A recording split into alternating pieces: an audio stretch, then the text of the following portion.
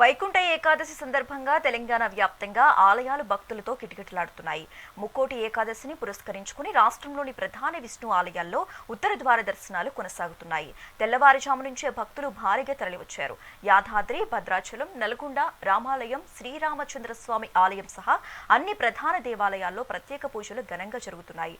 భక్తుల రద్దీ నేపథ్యంలో దేవస్థానాలు విస్తృత ఏర్పాట్లు చేశారు. వైకుంఠ ఏకాదశి ఉత్సవాలకు సంబంధించి మరిన్ని వివరాలు మా ప్రతినిధి వెంకటరెడ్డి నల్గొండ నుంచి అందిస్తారు. పర్వదిన సందర్భంగా వైష్ణవ ఆలయాలన్నీ కూడా భక్తులతో కిటకిటలాడుతున్నాయి. తెల్లవారుజామున 4 గంటల నుంచే ఇక ఉత్తర ద్వార దర్శనం ద్వారా స్వామివారి దర్శనానికి భక్తులంతా కూడా ప్రగాఢ విశ్వాసంగా తరలి వస్తున్నారు. ప్రస్తుతం మనం రెండో భద్రాద్రిగా పేరుగాంచినటువంటి నల్గొండ రామాలయంలో ఉన్నాం. రామాలయం వద్ద తెల్లవారుజాము నుంచే స్వామివారి సర్వదర్శనానికి కూడా భక్తులు వేలాదిగా తరలి వచ్చారు. సమీప గ్రామాల నుంచే కాకుండా ఇటు 3 జిల్లాల పరిధి నుంచి కూడా ఇటు స్వామివారి దర్శనం కోసం వస్తుండడంతో ఇక దేవాదాయ శాఖ పూర్తిస్థాయి ఏర్పాట్లు అయితే చేసింది. ప్రధానంగా తెలంగాణ జిల్లాల్లో మొదటి తిరుపతిగా పేరుగాంచినటువంటి యాదాద్రి జిల్లా శ్రీ లక్ష్మీనరసింహస్వామి ఆలయంతో పాటు నల్గొండలో ఉన్నటువంటి రామాలయంలో శ్రీ రామచంద్ర స్వామి ఆలయానికి భక్తులు భారీగా పోటెత్తారు. ప్రస్తుతం ఇక మనం విజువల్లో చూస్తున్నటువంటి స్వామివారి ఉత్సవ పూర్తులకు సంబంధించినటువంటి ఉత్తర ద్వార దర్శనాన్ని ప్రస్తుతం మనం వీక్షిస్తున్నాం. ప్రస్తుతం మనం విజువల్లో చూడొచ్చు, భక్తులంతా కూడా ఉదయం 3 గంటల నుంచే బారులు తీరారు స్వామివారి దర్శనం కోసం.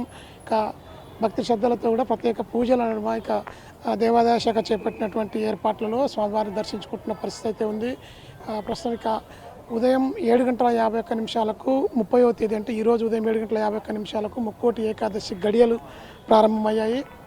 ఇక రేపు ఉదయం 5 గంటల వరకు అంటే 31వ తేదీ ఉదయం 5 గంటల వరకు ఏకాదశికి సంబంధించినటువంటి గడియలు ప్రారంభంలో ఉంటాయి. అయితే దీనికి సంబంధించి ఈరోజు కనుక స్వామివారిని ఉత్తర ద్వార దర్శనం చేసుకుంటే మోక్ష ప్రాప్తి కలుగుతుందని చెప్పి భక్తుల ప్రగాఢ విశ్వాసంగా ఉంది. ఈ నేపథ్యంలో స్వామివారి దర్శనానికి 24 ఏకాదశుల ఫలితాన్ని కూడా పొందే విధంగా ఇప్పటికే స్వామివారి దర్శించుకుంటున్న పరిస్థితులు ప్రస్తుతం దృశ్యాలను అయితే మనం చూస్తున్నాం. ఇక ప్రతి సంవత్సరం కూడా స్వామివారి దర్శనానికి వైకుంఠం నుంచి స్వామివారే భూలోకానికి తరలి వస్తారని చెప్పి ఇప్పటికే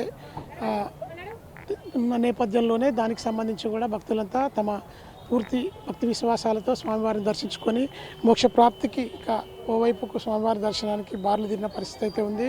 ఇక ఉమ్మడి నల్గొండ జిల్లాలో ఉన్నటువంటి యాదాద్రి భువనగిరి జిల్లాలో ఇప్పటికే దాదాపు 57,000 మందికి పైగా స్వామివారిని దర్శించుకున్నారు. మరొక వైపుకు రెండో భద్రాద్రిగా పేరుగాంచిన నల్గొండ రామాలయం వద్ద కూడా వందల సంఖ్యలో భక్తులంతా కూడా స్వామివారి దర్శనానికి ఉదయం 3 గంటల నుంచే బార్లు తీరి వస్తున్న పరిస్థితి అయితే ఉంది. మీరు అంటే గతంలో కూడా వచ్చారండి స్వామివారి దర్శనానికి వచ్చారు? ఇయర్ వస్తాం. ఎట్లా అనిపిస్తుందండి? ఇది భద్రాచలం తర్వాత ఇది చిన్న భద్రాచలం. మేము ప్రతి ఇయర్ వస్తాము. స్వామివారికి ఎప్పుడు మా మీద కృప ఉండాలని కోరుకుంటున్నాం ఈ ముక్కోటి ఏకాదశి సందర్భంగా. మీరు ఎక్కడి నుంచి వచ్చారండి? మేము ఇక్కడ రాఘవేంద్ర కాలనీ వస్తున్నామండి. మంచిగానే ఉంది, క్యూ లైన్ గిట్ట మంచిగానే పాటిస్తుంది. ఓకే, చెప్పండి ఎక్కడి నుంచి వచ్చారు మేడం మీరు? నల్గొండ రామాలయం ఎక్స్ చైర్పర్సన్ని చక్లం సంధ్యారాయణ నా పేరు. చాలా వైభవం, ఎన్నో ఏండ్లు తరతరాలుగా ఈ రామాలయం రెండవ భద్రాద్రిగా పేరుగాంచింది. ఇక్కడ రెండవ విల్లిపుత్తూరుగా అమ్మ ఆండాళమ్మ స్వయంగా తానుగా కళలో కనపడి నన్ను ఇక్కడ వేంచేపు చేయండి అని తానుగా వచ్చిన అమ్మ. కాబట్టి ఈ వైభవం మన శ్రీ శ్రీ త్రిదండి శ్రీమన్నారాయణ చిన్నజీయర్ స్వామివారు ఇక్కడ జరిగినంత వైభవంగా మరెక్కడా జరగదు అని ప్రతి చోట చెబుతూ ఉంటారు. సాంప్రదాయానికి ప్రతిరూపం ఈ దేవాలయం. కాబట్టి భక్తులందరూ కూడా ఎన్నో ఏండ్లుగా తరతరాలుగా దర్శించుకుంటూ ఆ స్వామి అనుగ్రహాన్ని పొందుతూ ఉంటారు. ఏకాదశి ముఖ్య విశిష్టత ఏంటండి? అది స్వామివారు ఈరోజు శయనిస్తారు. శయనించినప్పుడు ఆ యొక్క స్వామి యోగ నిద్రలోకి వెళ్తారు. అప్పుడు అందరూ కూడా ముక్కోటి దేవతలు ఆయనని ఉత్తర ద్వారం నుంచి దర్శించుకుంటారు. అందుకే ఇది వైకుంఠ ఏకాదశి. ఇది ఆ విధంగా శయన ఏకాదశి అంటారు అందరూ. ఇప్పటికే నల్గొండ జిల్లా వ్యాప్తంగా వేలాది సంఖ్యలో రామాలయానికి తరలి వచ్చినటువంటి భక్తులు ఆ స్వామివారిని ఉత్తర ద్వార దర్శనం చేసుకొని పరవశిస్తున్న పరిస్థితి అయితే ఉంది. మధుతో వెంకటరెడ్డి, మెగా 9 టీవీ, నల్గొండ రామాలయం. సంగారెడ్డి జిల్లా పటాన్చెరులో జీహెచ్ఎంసీ సర్కిల్ కార్యాలయం తరలింపు వ్యవహారం రాజకీయ సెగలు రేపుతోంది.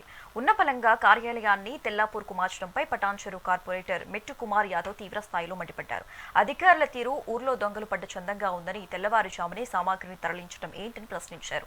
పేద ప్రజలకు అందుబాటులో ఉన్న కార్యాలయాన్ని ధనికులు ఉండే ప్రాంతానికి తరలించి సామాన్యులను ఇబ్బందులకు గురిచేస్తున్నారని ఆయన ధ్వజమెత్తారు.